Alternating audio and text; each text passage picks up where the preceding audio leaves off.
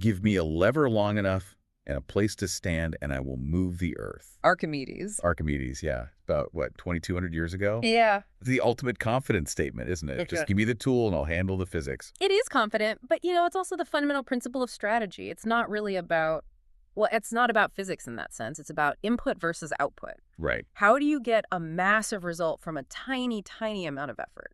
That is the question we are tackling today. We're looking at a stack of notes and articles by David J. Abbott on this whole concept of unfair advantage. And frankly, the mission here is to see if Archimedes is still right. I mean, in a world dominated by trillion-dollar tech giants and, AI everywhere, does the little guy still have a lever long enough to move anything? Or are we all just pushing a boulder uphill? It's the classic David versus Goliath problem. And Abbott argues that the answer is yes, you can still move the earth, but only if you understand what he calls asymmetric strategy. You have to stop trying to be bigger than the giant. You have to start trying to be, smarter. Okay, let's get into the mechanics of that. Abbott breaks leverage down into 3 classes. He says some are ancient and some are, brand new. Right. So class 1 and class 2 are the classics. They've been around since the Garden of Eden. Okay. Number 1 is people using other people's labor. Number 2 is capital using money. That's, standard business school stuff. But class 3, that is where the modern magic happens. This is what he calls products with no marginal cost of replication. Exactly. Which is just a fancy way of saying, yeah, once you make it, it costs you basically $0 to make another million copies. Zero marginal cost. And historically, this began with media, the printing press. But today, the ultimate form of this leverage is code, software.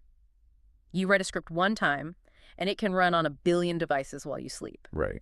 Abbott makes a crucial point here, though. He says media and code are the newest forms of leverage, but to really get them, we have to look back. We have to look at the guy who started it all. Johannes Gutenberg. Exactly. I feel like we all learned this very sanitized version of Gutenberg in school. Invented the press, printed the Bible, the end. Right. But the picture we get from the sources is, it's a lot messier. He wasn't exactly a polished CEO, was he? Oh, far from it. He was a mess. A total risk taker, constantly in debt, had what Abbott calls a dodgy credit rating. Dodgy credit rating. And was always, always chasing cash flow. He was an entrepreneur in the grittiest sense. He literally took a wine press, a tool for squeezing grapes, and modified it to squeeze out information. Which is a great image, but the important part isn't his credit score. It's what that machine did to the economy of knowledge. It was a deflationary bomb. Yeah. I mean, think about the math. In 1455, before the press really took off, buying a Bible cost about 100 days' wages. 100 days. Wow. A third of a year's work. For one book. For one book. Right. By 1600, a book cost about 1 day's wage. 1 day. That is a 99% reduction in cost. It didn't just make books cheaper, it broke the monopoly on information. Okay, so that's history. But Abbott draws a direct line from Gutenberg's press to what's happening right now with AI. And I want to challenge this a bit because we hear AI is the new printing press all the time. It almost feels like a cliche. It does. What is the specific economic shift here? The shift is in the bottleneck. In 1455, the bottleneck was the scribe. It took months to copy a single text by hand. The press removed that bottleneck. Okay. Today, or at least until very recently, the bottleneck was the coder. If you wanted to build an app, a platform, whatever, you needed expensive, specialized humans to write the syntax. Now, intelligence is flowing like water from a tap. AI writes the code. It turns creation from a specialized trade into a commodity.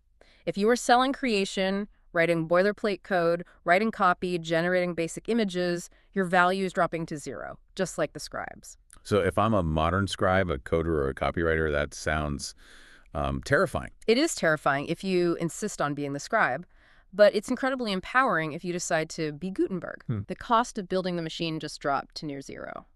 That is the leverage. You don't need a team of 20 engineers anymore. You might just need yourself and the right prompts. But, having the tool isn't enough. I mean, I have ChatGPT, and I haven't moved the earth yet. Right. I mostly just use it to write emails I don't want to write. And that's where most people stop. They use the tool to do their current job slightly faster. They aren't using it for asymmetric strategy. Okay, let's pivot to that. Asymmetry. This is the how to beat the giant section. But let's be real. Competing with Amazon or Google seems suicidal. They have more data, more money, more people leverage than anyone. True. But they are also, to use Abbott's phrasing, chubby and overweight. They have massive blind spots. Chubby and overweight. I like that. Asymmetry isn't about competing better.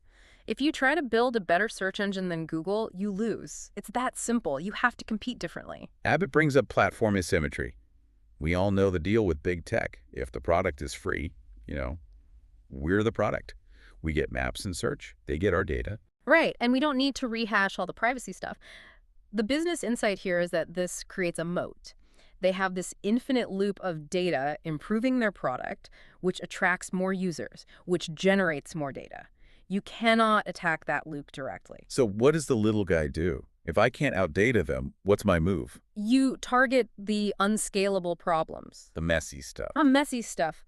The giants rely on algorithms to solve everything for everyone. That means they are terrible at solving specific, nuanced, messy problems for a small group of people. Okay, give me an example of what that looks like. Abbott talks about redefining value. Don't just sell a commodity. Sell a result that requires a human touch or, deep, specific context. Right. Amazon can ship a box to a doorstep in 2 hours. But Amazon cannot look at a client's chaotic supply chain, interview their staff, and redesign their workflow to save them 20% overhead. Because that requires judgment. It requires a relationship. Exactly. You beat the algorithm by being hyperspecific.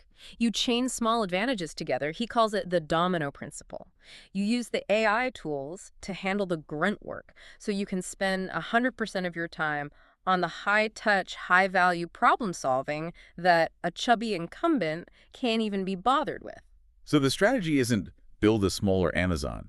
It's build the thing Amazon can't build because it requires too much nuance. Precisely. But this requires a certain type of person, doesn't it? You can't just follow a manual to do that. And this brings us to the part of the notes that I found, well, frankly, a little ruthless. Yes. Abbott distinguishes between vital and functional employees. It is a harsh distinction, but in this economy, it's probably a necessary one. Okay, walk us through it. What is a vital person? A vital person is described as having fire in the belly.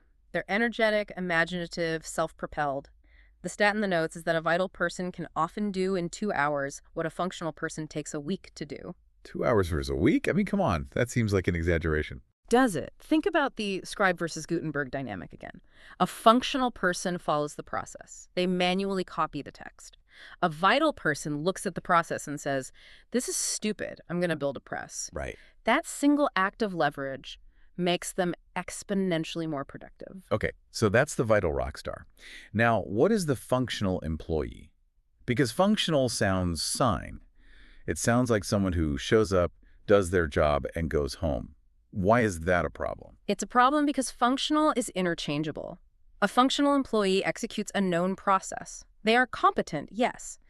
But the source quotes Daniel Priestley here, and he notes that functional people often secretly resist change. Why do they resist it? Fear. If your entire value comes from, I am the one who pulls this lever every day, then you are terrified of a machine that pulls the lever automatically. But hold on. Not everyone wants to be a visionary. Not everyone wants to disrupt everything.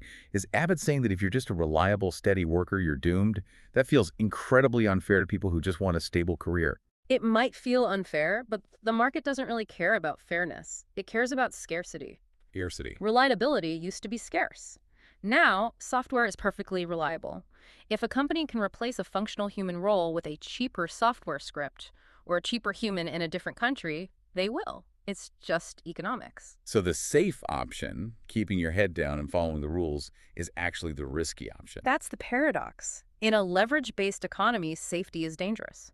Vitality, the willingness to take risks, to ask why not, to create new paths, that's the only true job security. Vital staff stimulate debate. They create friction. And that friction is where value comes from. That willingness to create friction, that's a perfect segue to our history lesson, because we have a prime example of a guy who was definitely vital, but maybe didn't understand how that friction actually works. Peter the Great. I love this story. So we're in 1697. Peter is the Tsar of Russia. He owns the biggest land empire on Earth, and he decides to go to Amsterdam. Which was basically the Silicon Valley of the 17th century, the richest, most innovative place on the planet. But he doesn't go on a royal yacht. He goes undercover. Incognito. And you have to picture this guy.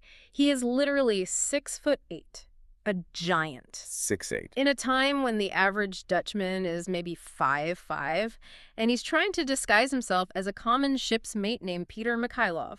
A 6'8" emperor trying to blend in at a shipyard. It's absurd. Totally.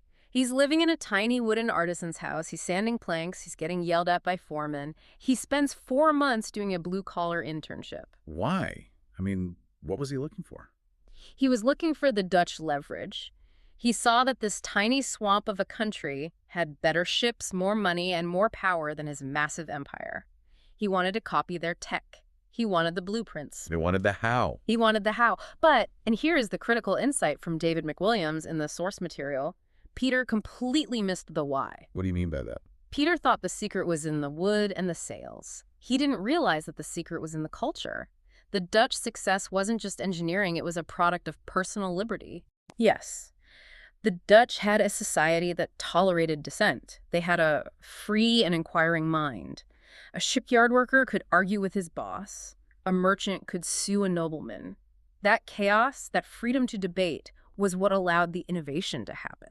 So Peter goes back to Russia. And he tries to force-feed this innovation into a system where nobody's allowed to speak. He builds the ships, he builds the city, St. Petersburg, but he maintains total autocracy. He wanted the commerce without the dignity of commerce. He wanted the fruit, but he poisoned the root. Exactly. You cannot have sustainable innovation without the messy parts, the argument, the risk, the freedom to be wrong. Peter was personally vital. He had that fire in the belly, but he built a functional empire. And ultimately, it just couldn't keep up. The notes also mention the Dutch financial system, which I had no idea how advanced they were back then. Oh, it's wild. Nothing new under the sun, as Abbott says. In the early 1600s, the Dutch had already invented the stock market. They were trading futures, options, margin financing. Wait. They were trading options, like betting on the future price of things. Yes. Men in ruffs and wooden shoes were leveraging their capital on bonanzas or catastrophes. They understood that you don't get rich by saving wages. You get rich by taking calculated asymmetric risks. Which brings us full circle. We've gone from Archimedes to AI, from the danger of being functional, to a 6'8" czar hiding in a shipyard. If we strip this all back, what's the core lesson for the listener driving to work right now? The core lesson is that leverage is available to everyone, but it requires a mindset shift. You have 3 levers: tech, which is code and AI, strategy, which is asymmetry, and psychology, which is vitality. And the most important one, it seems, is the psychology. It is, because the tech is cheap now. Anyone can buy the lever. The strategy is available, but the willingness to use it, to actually push, that's rare. It goes back to that fear of the messy parts. The functional employee fears the mess. Peter the Great feared the mess of democracy. But the mess is where the leverage lives. You have to be willing to be the one who dissents. You have to be willing to solve the unscalable problem. You have to be willing to risk looking foolish like an emperor sanding wood to learn something new.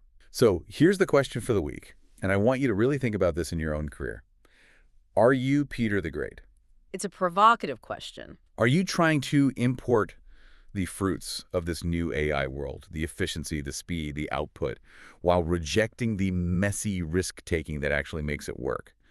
Are you trying to automate your job without upgrading your mindset? Because if you want the leverage, you have to accept the liability. You can't move the earth if you're afraid of losing your footing. Don't just be functional. Be vital. Find your lever. And start pushing. Thanks for diving in with us. We'll see you next time.